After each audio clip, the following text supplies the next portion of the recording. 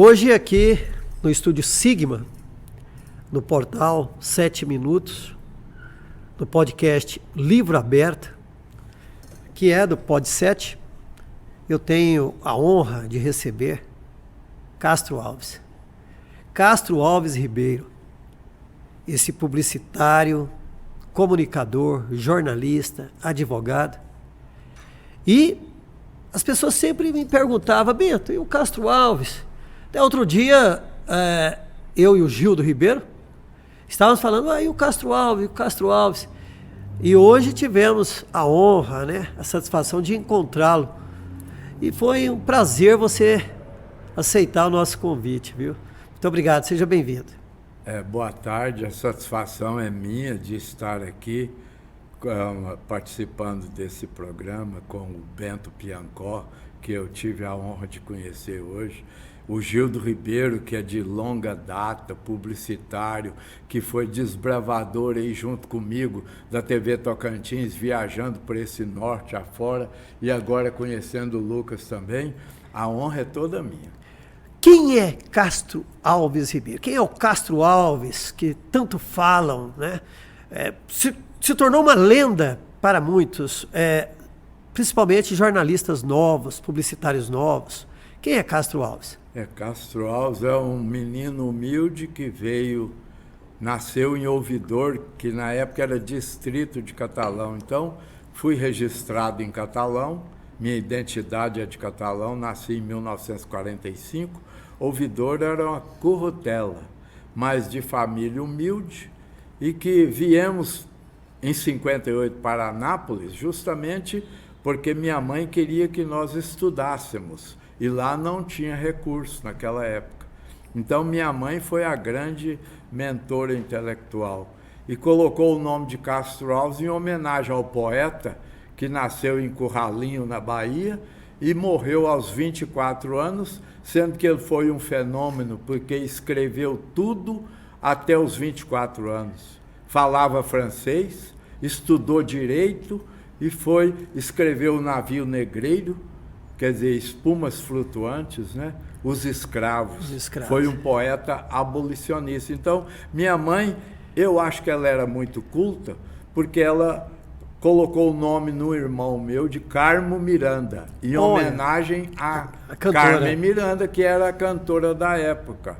E colocou o nome em outro, Carlos Ramos, colocou o nome em outro de Cairo Sidraque, quer dizer, homenagem à capital do Egito. Quer dizer, então ela era culta. Lia bastante. Aqui no Livro Aberto hoje nós iremos recordar. A recordação da sua infância. Vamos falar um pouco dela? O que te faz voltar à infância? Aquela infância de criança que brincava, que ficava o dia inteiro, ia na escola, a primeira vez na escola, aos 7 anos de idade. Hoje, criança de 7 anos já frequentou a escola por 4 anos. Então, quer dizer, a gente ia na escola de manhã e à tarde era só para brincar. Brincar de todos os brinquedos da época, Brinquedo só de pobre, Você montava num cavalo, num cabo de vassoura, era um cavalo, Olha aí. Você refugava dos poços de água, era engraçado demais, Subia nas árvores. Você subia nos pés de manga, você ia pegar caju lá na Maria Fela e ela saía correndo atrás da gente. Quer dizer, foi aquela infância de criança, de brincar. Você disputava comer uma manga no pé sem pegar nela e sem derrubá-la. Igual um pássaro. É interessante. Igual um pássaro, A gente tinha umas brincadeiras. Interessante. Despendurar com as pernas, nas árvores, a agilidade que a criança tinha. Eu lembro, quando eu era criança, um avião teco-teco, estava chovendo muito, um avião teco-teco caiu no campo de futebol e nós saímos tudo debaixo da chuva, eu e meus irmãos, e quando chegou em casa foi uma surra. Naquela época, você não... criança apanhava quando mesmo. O pai estava conversando numa sala com outras pessoas, você não passava na sala. Quer dizer, você tinha um respeito muito grande pelos pais, Hoje, a criança quer intrometer na conversa e acontece que, né, fala até besteira e o pai fica calado, a mãe fica calada. Então, a minha infância foi uma infância sadia, de família. Meu pai era comerciante e meu pai depois virou juiz de paz. Ele fazia casamento nas fazendas. A gente ia num Fordinho 29. Oh, que maravilha. Fazer casamento. Então, daí transferi para Catalão para fazer o 3º ano primário em Catalão, no Colégio 24 de Outubro.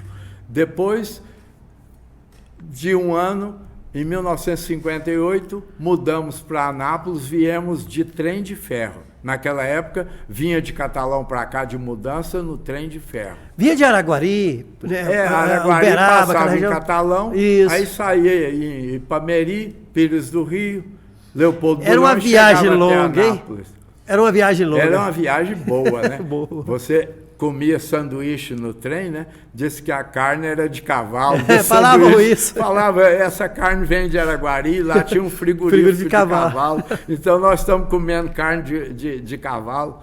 Carne gostosa. Aí chegando em Anápolis. Chegando em Anápolis, 1958, minha mãe com 8 filhos.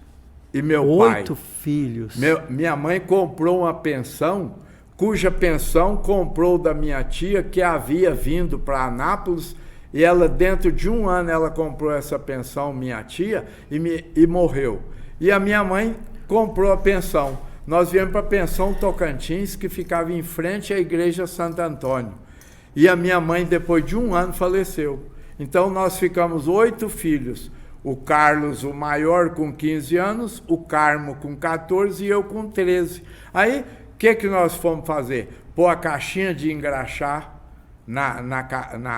nas costas, sair para o centro da cidade engraxando sapato. E depois vender balinha no cinema. Mas no cinema você tinha que entrar de paletó. Naquela época não entrava sem paletó. Então eu custei arrumar um paletó para vender balinha no cinema. Cine Santana, quando inaugurou, que ele havia queimado, eu fui baleiro. Fui baleiro no Cine Santana. Vendia balinha no circo, vendia jornal. A Anápolis tinha 4 jornais diários. Tinha a imprensa, a Tribuna, o Anápolis, ainda vendia o Popular. Quer dizer, aí nós começamos a crescer, né? Já era jornaleiro, engraxate de sapato, engraxei na engraxataria do Dadá. Dadá foi um famoso jogador do Ipiranga, ele montou a engraxataria ali onde é o Magazine Anapolino. Sim. E eu fui um engraxate lá, todo mundo me chamava de grandão, porque eu tinha 15 anos, mas eu era grandão. Olha que história bonita. Mas falar em engraxate, os meus, né, seguidores aí, telespectadores, perceberam quantas pessoas na nossa cidade foram engraxate? Já perceberam? Quantos? Não é? Tirando por mim, que fui engraxate também, mas interessante, era uma profissão digna, né? Digna, porque ninguém usava sapato sujo. Ali tinha as sapatarias no Coreto, né? No Coreto, em frente ao Hospital Evangélico, tinha uma sapataria dentro do Coreto. Tinha.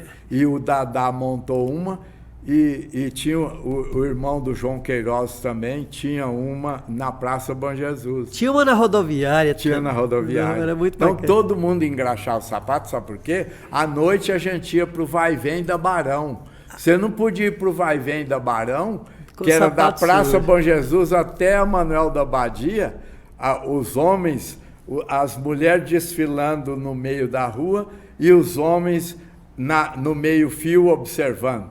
As lojas tinham os espelhos, né, para você ir lá pentear o cabelo com a Glostora, né? E a brilhantina, quantas vezes? Brilhantina e Glostora.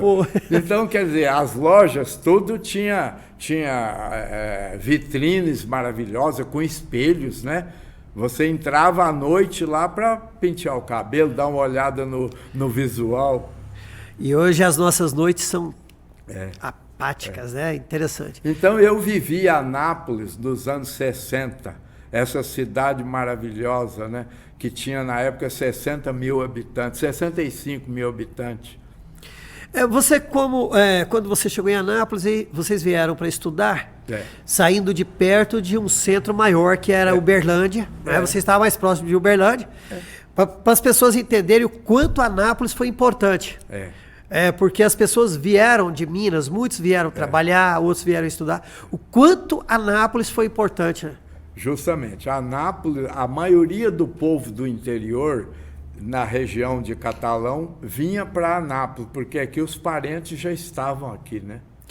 É porque nós tivemos, eu já entrevistei pessoas aqui que vieram de Minas para poder estudar. Outros vieram de Minas para participar, para serem guarda-mirim. Interessante, saíram de lá, a ideia é que Minas era mais desenvolvido. Mas, na verdade, Anápolis foi, nesta época, atraía muito, né? Inclusive, Anápolis era o centro econômico do estado. Você precisa de ver as máquinas de cereais, de beneficiante de arroz, de feijão, Tinha de café. muitas máquinas de arroz. Olha, as ruas do centro da cidade eram interrompidas para secar café, arroz, feijão e tudo. Ali passava-se do centro, ali descendo a Igreja Santana para ir para o Jundiaí, era numa pinguela de madeira. Pinguela, não era ponte, não. Que atravessava ali onde a ex-Câmara Municipal era ali, né, na Barão. Você, para ir para a Avenida Mato Grosso, nascia água, minava água o tempo inteiro, parecia um brejo. Eu lembro disso como se fosse hoje. A Avenida São Francisco chamava Bartolomeu Bueno, não tinha asfalto e só havia duas coisas lá: o Colégio São Francisco e a antena da Rádio Carajá, onde o Naum construiu aquela mansão. Interessante, né? A história. E os irmãos, um é um grande, vamos dizer assim, comerciante, né? A gente, o Carmo, que é da Carmo Imóveis, tudo.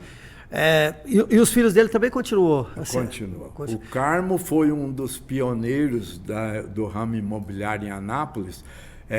Primeiramente, nós temos que ressaltar o grande Epaminondas Costa, que foi um dos pioneiros, ele e o Paulo Jaime, e Maciel, e Carmo e Brasil da Morada. O Brasil então, também. Quer dizer, foram os pioneiros no ramo imobiliário e cresceram.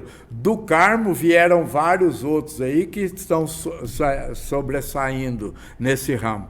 Quer dizer, que então o Carmo foi professor de matemática. Nós devemos muito aos frades franciscanos, sabe por quê? Os frades franciscanos nos permitiram estudar no colégio de graça, nos deram bolsa. Eu fui para o seminário Regina Minorum, onde se iniciava para ser padre, mas nós, quando era criança, estudando ali, aí nós passamos para estudar no Colégio São Francisco, depois nós fomos professores no Colégio São Francisco. Aí eu aprendi inglês, né? Porque eu entrei na Rádio Santana em 1961, com 16 anos, eu fui radialista, minha primeira profissão, com muito orgulho, operador de som, que na época chamava sonoplasta. É interessante lembrar disso. Aquelas bobinas enormes, né? Aquele sofrimento para poder fazer uma gravação, para a gente poder... Eu puxei fio quando era moleque, aí eu fico lembrando. Você lembra dos puxadores de fio? A gente entrava na rádio para puxar fio e para trabalhar no som. E outra, quando rebentava o fio, você tinha que sair do centro e ir até o transmissor correndo linha. Agora, tem uma história interessante aqui. Conta pra gente. De quem corria fio, levava fio para fazer uma transmissão. Essa é muito interessante. O Josafá trabalhava na Rádio Carajá. Josafá Cândido. O Josafá, inclusive, é a pessoa que sabe aí, ele hoje trabalha muito com rádio amador. Justamente. Espetacular. Então, foi secretário do prefeito também, né? Então, o interessante na nossa profissão, o Josafá foi fazer uma transmissão, a Rádio Carajá foi fazer uma transmissão. A Rádio Carajá era na Praça Bom Jesus, tinha aquele alto-falante, né? Isso. Tinha o Clóvis Guerra, né? Clóvis Guerra, o Plínio Jaime era o dono, né? Então, foi fazer uma transmissão na Casego. A Casego é o seguinte: você sobe a JK inteirinha, chega lá no trevo onde é a van, aí você seguia para Casego. Sabe o que aconteceu? Ele levou o fio da Rádio Carajá até o trevo lá onde é o viaduto e acabou o fio. Sabe o que ele fez? Ele ligou o fio na cerca de arame que passava na porta da Casego. E lá ele pegou a caixinha, ligou no arame e fez a transmissão da inauguração da Casego. Essa foi. Se conta para os outros, eles não acreditam. Quer dizer, ele usou a cerca de arame por mais de 500 metros para fazer a transmissão. Pessoal, a Casego você sai do trevo e vai rumo a Goiânia, rumo a Goiânia. Ele fez a transmissão da inauguração. Legal, rapaz. Nessa vinda, quando vocês eram criança aqui em Anápolis e você já engraxava e tal, me diz aí, primeiro colégio? Primeiro colégio, Santo Antônio. Porque nós morávamos em frente ao colégio Santo Antônio.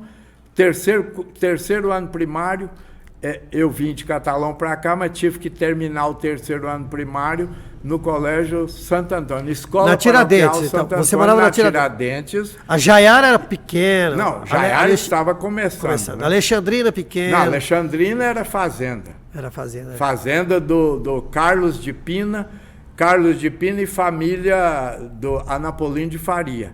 A Anapolino de Faria, a fazenda ali da Alexandrina era deles, e do Carlos de Pina era a Boa Vista, onde é o campo do Anápolis. Certo. Então, quer dizer, a antena da Rádio Imprensa era lá na Boa Vista, no bairro Boa Vista, que depois virou outro nome. Aqui, ó, no bairro Boa Vista lá, quem tomava conta do transmissor era o seu Antônio, que faltava uma perna, né? E a antena da Rádio Carajá era na Jaiara, onde possuía, foi fundada lá pela a família Simonetti. Ernesto Simonetti. Ernesto Simonetti. E dona Lídia Simonetti. Eu os conheci, né? Espetacular. Me diz uma coisa. E o casamento? Quando conheceu a esposa, como é que foi isso, rapaz? A gente fica curioso para saber como que conheceu. É o seguinte, eu estava trabalhando aqui na Rádio Cultura, na Rádio Santana de Anápolis, e os padres compraram uma rádio em Catalão, compraram só a licença, porque a rádio não possuía transmissor, não possuía nada, nem estúdio. Então eu e o Altamir dos Santos, o Altamir era gerente aqui, diretor da Santana, eu e o Altamir fomos para Catalão dirigir a rádio de lá, abrir, em 65. Então nós abrimos a rádio lá, pôs para funcionar. Existe até hoje. Existe até hoje, é dos padres, Rádio Cultura de Catalão. Aí, eu estou na Rádio Cultura de Catalão, aprendi inglês com os padres, o que eu faço? Volto para Anápolis, para a Rádio Santana de novo em 66, e o que acontece? Eu faço o curso para lecionar. Faço o curso em Goiânia, na Faculdade de Filosofia, Ciências e Letras da UFG, faço um curso para dar aula de inglês. Aí eu volto para Catalão para dar aula de inglês. Lecionei lá em 4 colégios. Colégio Anchieta de manhã, Colégio da Santa Mãe de Deus das Freiras na parte da manhã, Colégio Estadual à tarde e colégio à noite, a Fundação Wagner Estelita Campos, que era o curso de contabilidade. Então, dei aula em Catalão até 70. Aí volto. Nesse interim, eu, estudando lá em Catalão, na 4ª série ginasial, conheço a Maria Vilmar, que nasceu lá nos Pires Belos. Eu achei que o pai dela era um grande fazendeiro e casei com ela, mas na realidade era um sítio. Era um sítio. Quer dizer, caí do cavalo. Mas estamos casados há 55 anos. Já fizemos 55 Você não caiu do cavalo, não? Você segurou bem no arreio. Você soube segurar no arreio. Casei em 68, 6 de julho de 68, e mudei para Anápolis em 70, vim dar aula no Colégio São Francisco, no Colégio Estadual, no colégio do professor Edésio também. Colégio Estadual José Ludovico de Almeida. José Ludovico de Almeida. Dei aula lá à tarde, no Colégio São Francisco de manhã, à noite na escola normal. Professor Faustino. Professor Faustino. Que maravilha. E aí os filhos vieram? A filha Moema nasceu em Catalão. Aí nasceram mais 3 aqui em Anápolis. Qual o nome? A Moema Kellen Ribeiro, o Max Wilker de Franco Ribeiro, o Luciano Augusto de Franco Ribeiro e o Fernando Augusto de Franco Ribeiro.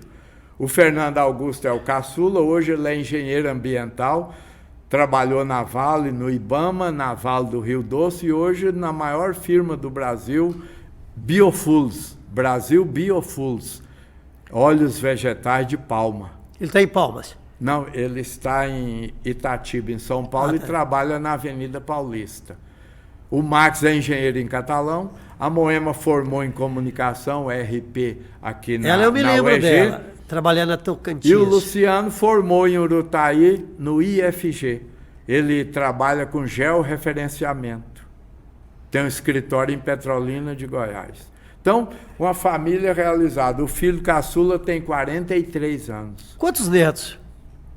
6 netos. A neta mais velha já é advogada, filha da Moema. Algum bisneto?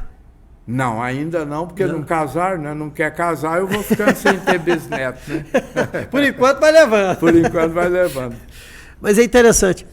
E aí, mexendo com rádio, você falou, agora eu vou partir para a TV. Ou foi por acaso, ou alguém te convidou para trabalhar na TV? Aí eu lecionando inglês, em 77 ainda dando aula de inglês, quando chega em 80, antes de 80, 78, o grupo Jaime Câmara me convida para ser diretor do Jornal Popular em Anápolis, que era Ursulino Leão, era o diretor.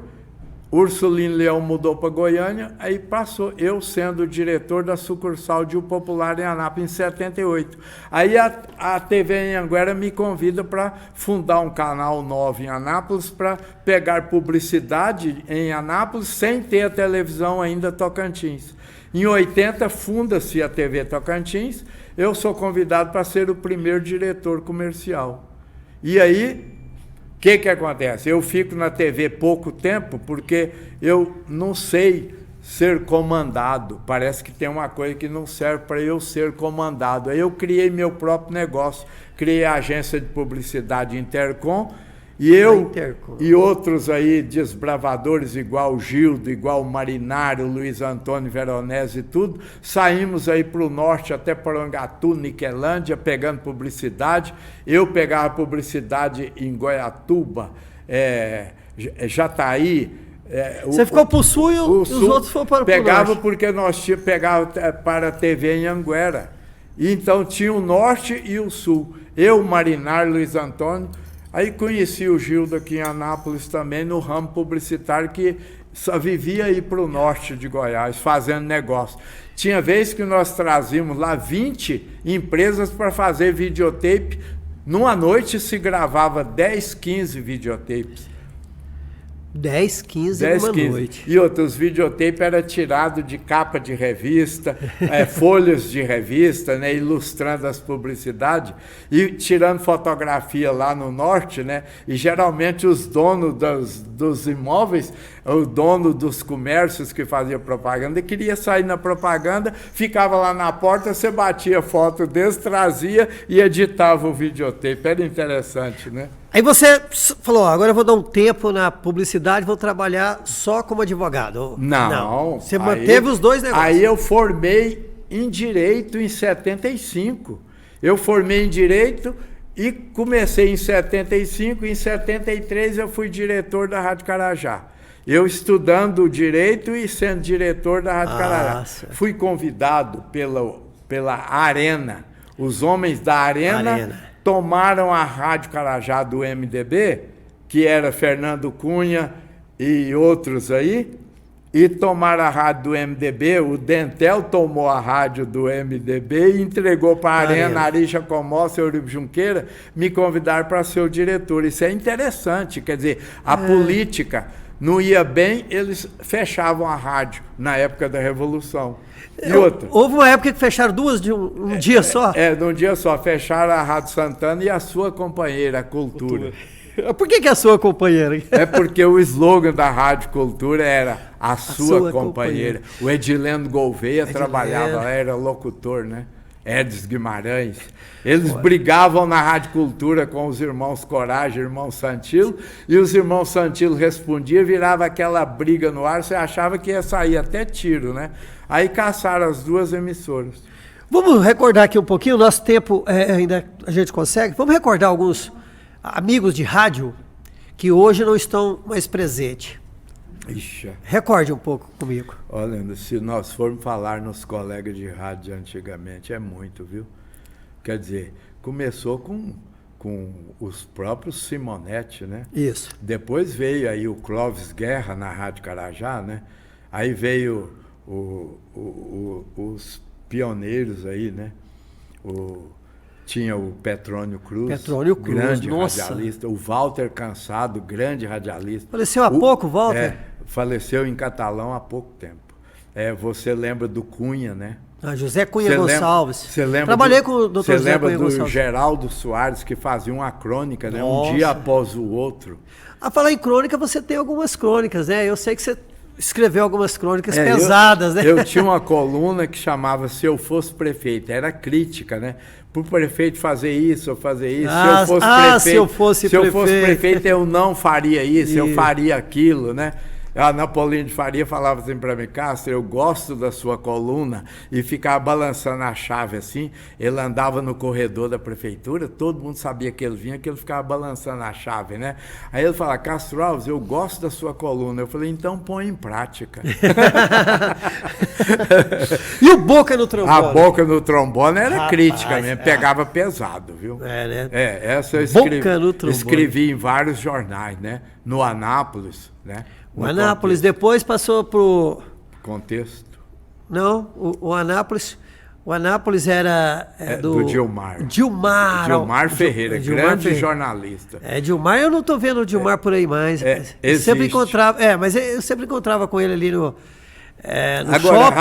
shopping. Radialista antigo, tio Eurico de Oliveira, Vanderlei Reis, Almir Reis. Almir. Eurico Santos, ele é recente, mas Luiz Carlos Cecílio. São pessoas que... Candim. O Candim teve 2 Candim, né? Teve o que faleceu. O Candim que esteve em Rubiataba, o Edileno Gouveia, né?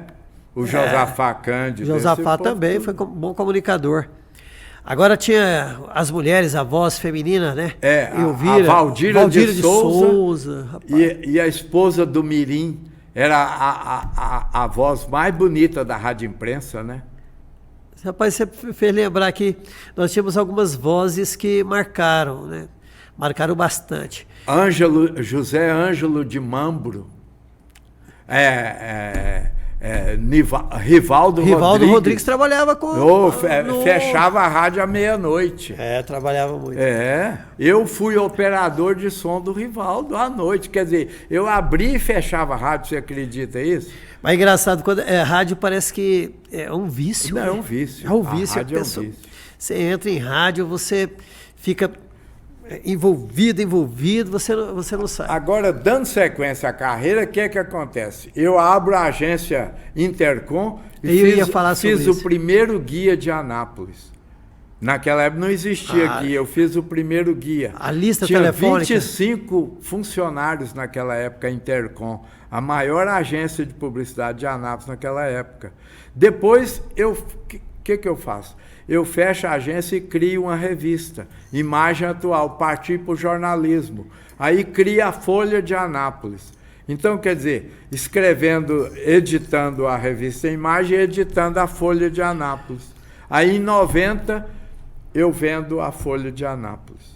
E aí eu fico mais ou menos sem fazer nada, sou convidado pelo prefeito, que foi meu aluno, Antônio Gomide, para ser ouvidor-geral do município. Quer dizer, que eu trabalhei na prefeitura na época da interdição do prefeito cassado lá, Hernani de Paula. Eu trabalhei lá, chefia do gabinete do Manuel Vanderick, assessoria de comunicação, e depois trabalhei com Antônio Gomide e João Gomes como ouvidor-geral do município, ajudei muita gente. Agora eu queria destacar que tudo que eu fiz na vida não foi para mim. Primeiro, tudo que eu fiz. Comecei como radialista, eu rodava música, não era para mim, era para outros ouvirem. Eu falo sempre isso. O radialista trabalha para os outros. Então, quando eu fui professor, eu não ensinei para mim, eu ensinei para os outros, fazer cultura para os outros. Eu dei aula de inglês 10 anos. Então, de 67 a 77, eu fui professor de inglês. E depois, o que eu fiz para os outros? Fui escrever. Escrever não foi para mim, foi para os outros. E hoje eu estou advogando, não é para mim, é para os outros. É a doação de uma vida. Para distribuir a justiça para os outros. E sou corretor de imóveis também, eu tirei o Cresce, né? Uhum. A minha carteira da OAB... Já vem da família, né? Já vem da família. A minha carteira da OAB é 3.581. Olha pra você ver. E esse negócio de corretor de imóveis foi por acaso, porque meus irmãos eram todos corretores. Chegava em mim e falava, Castro, quanto custa esse imóvel? Eu falo, não sou corretor. Não sou eu. Aí eu falei, eu vou ser corretor. Fui lá em Santa Maria, no DF, e fiz a prova. Ô Castro, assim, o pessoal muitas vezes pergunta, o professor, né? Naquela época nossa, nós tínhamos aula de latim. Rapaz. Poucos, eu me lembro aqui, alguns professores de latim, que nós tínhamos pouco em Anápolis, mas tinha um que marcou muito. E alguns professores seus, lembra de algum de latim que te marcou? Não, eu lembro de todos os professores que eu tive. A Olha. primeira professora foi a Dona Rosa em Catalão, em Ouvidor. Em Catalão tive vários professores, né? Professor Chaúde foi famoso, foi até secretário de governo. Chaúde, Antônio Chaúde, Antônio Miguel Jorge Chaúde. E professor João Martins em Catalão, professor Marinha Campos. E aqui em Anápolis eu tive grandes professores, professor José Alves, professor Alípio Nunes da Mata. Os padres franciscanos foram meus professores, né? Frei Silvestre, Frei Chicão. Olha aí. E a irmã Assunta, no Colégio Santo Antônio, a irmã Assunta foi minha professora. Nossa, ela era muito querida na cidade. Então, quer dizer, professor Antônio Jorge, né? Tio do Miguel Skeff. Miguel Skeff. Dona Zezé. Dona Zezé, no Colégio Estadual José Ludovico de Almeida. Do colégio à tarde, né? A gente recorda muito. Nós poderíamos ficar aqui a tarde inteira, a manhã inteira, a noite inteira conversando. Nós vamos voltar, né? O Sigma, esse estúdio, ele é uma agência que nos traz assim, dá essa liberdade. E aqui o livro aberto. Eu estou ouvindo o Sombra falar, negócio de feijoada. É o seguinte. O que o Sombra quer dizer com feijoada? Quando nós éramos radialistas em Anápolis, nós fizemos um clube de imprensa de Anápolis. E foi incentivo, sabe de quem? Nilo Margon Vaz, que era diretor do Bordon. Ele foi secretário de Indústria e Comércio do governo. Do Estado? Do Estado. Não Nilo sei Margon se foi Vaz. na época do Ari Valadão, parece que sim. Eu acho que foi. Então é o seguinte, o Nilo Margon falou, vocês vão almoçar aqui no Bordon, lá pertinho, aquelas casas do Bordon lá. E Colônia. Nós começamos a fazer um clube de imprensa de Anápolis, onde participaram vários radialistas e vários jornalistas. Godofredo Sandoval, aquela turma toda, né? O Rivaldo, essa turma tudo frequentou. Então, depois de lá, nós passamos lá para o Praia Clube, né? Né, Gil? Praia Clube lá. Tinha o Praia, né? Você lembra? Antes do Parque JK, tinha o Praia, que tinha uma lagoa bonita, né? Eu me lembro, brinquei muito ali. Nós fizemos essa feijoada também ali na Catarinense, né? Na Manuel da Badia, ao lado do Magazine. Quer dizer, até uma ideia, né? Quem sabe voltar ao Clube de Imprensa de Anápolis. É saudoso. Boa ideia. Saudoso.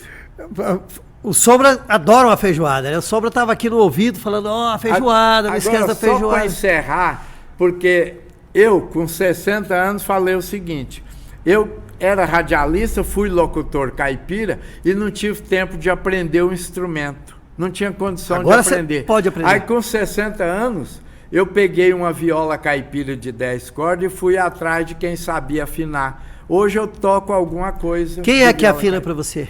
Agora eu mesmo. Não, mas quem te ensinou? Afinava foi o Dori Edson, que é professor de viola, né? O Didi, que é o Marco Aurélio Montenegro, né? E outros aí, o Vicentão. Então o Galvãozinho, eu ia atrás de quem sabia tocar e acabei aprendendo um pouquinho. Hoje eu canto e toco uma violinha. Rapaz, caipira. Aqui nós hora de lazer minha, a viola caipira. Aqui nós vamos ter também a Sigma, certo. Vai ter um momento deste, né, pra gente ouvir o cantor, o instrumentista, enfim. Mas olha, você me deixou muito honrado com a sua presença. Eu tenho certeza que as pessoas que me acompanham ficaram com aquele gostinho de quero mais, quero saber mais da cidade, quero conhecer mais essa história. E vão conhecer. Você vai voltar, né? Iremos voltar para falar mais da cidade. Eu acho que isso é muito importante. Muitíssimo obrigado por você estar aqui conosco no Livro Aberto. Espero que você tenha ficado satisfeito conosco, o quanto nós ficamos satisfeitos com você. Eu agradeço e graças a Deus eu vi essa cidade crescer e participei do crescimento da cidade. Eu lembro quando em 1976, né, em setembro de 76, o Irapuã Costa Júnior inaugurou o DAIA. Ele me entregou um diploma, rapaz, eu não sei que diploma que foi. Graças ao trabalho grandioso de Sultan Fallu, que teve um título de cidadão anapolino negado. Isso foi uma grande falha da Câmara de Vereador, que negou um título para o Sultan e negou um título para o Castro Alves. Foi oferecido um título para mim pelo professor Zé Lopes, que era vereador, e eu levei pau lá de 6 vereadores. Porque você, quando recebe um título, tem que ser votado por todos os vereadores, não pode ter nenhum contra. E eu e o Sultan Fallu estamos nos anais da Câmara de Vereador de Anápolis com um título negado. E eu me orgulho de ter participado de tudo em Anápolis, de ver essa metrópole crescer, a Manchester goiana, orgulho dos goianos. E hoje eles dão títulos para quem nunca pisou em Anápolis. Justamente. Até técnico de futebol eles dão título, infelizmente, né, gente? Olha, que incrível isso. Mas isso é assunto para depois. Depois nós vamos falar para depois. Agora nosso tempo está estourando. Eu agradeço demais. Eu é que fico honrado de ter sido convidado por você e pelo Gildo para participar disso aqui, que eu creio muito vai enaltecer tanto você quanto o seu programa, quanto a mim e quanto a cidade de Anápolis. Muito obrigado mesmo. Obrigado a Castro Alves hoje, né? Aqui no Livro Aberto, nós recebemos Castro Alves. A mensagem que o Castro Alves nos trouxe, talvez você não tenha percebido, mas a mensagem é o seguinte: não desista dos seus sonhos e não pare de aprender. Nós estamos falando com uma pessoa que depois dos 60 anos pegou uma viola caipira, que é um dos instrumentos mais difíceis que eu acho, e foi aprender. Ele, professor, advogado, professor de inglês, publicitário, não é? E ainda foi mexer com ser corretor de imóveis. Então, gente, você aí jovem, você jovem que está nos vendo, não fique parado, aprenda. E você que passou dos 60, 70, não fique parado, porque a cada minuto tem algo novo para nós aprendermos. E me orgulho de tudo que fiz foi dentro da ética. Isso é que é mais importante. Muito obrigado. Obrigado, Castro Alves. Eu que agradeço. Obrigado a você, telespectador. E olha, nós estaremos aqui amanhã, se Deus nos permitir.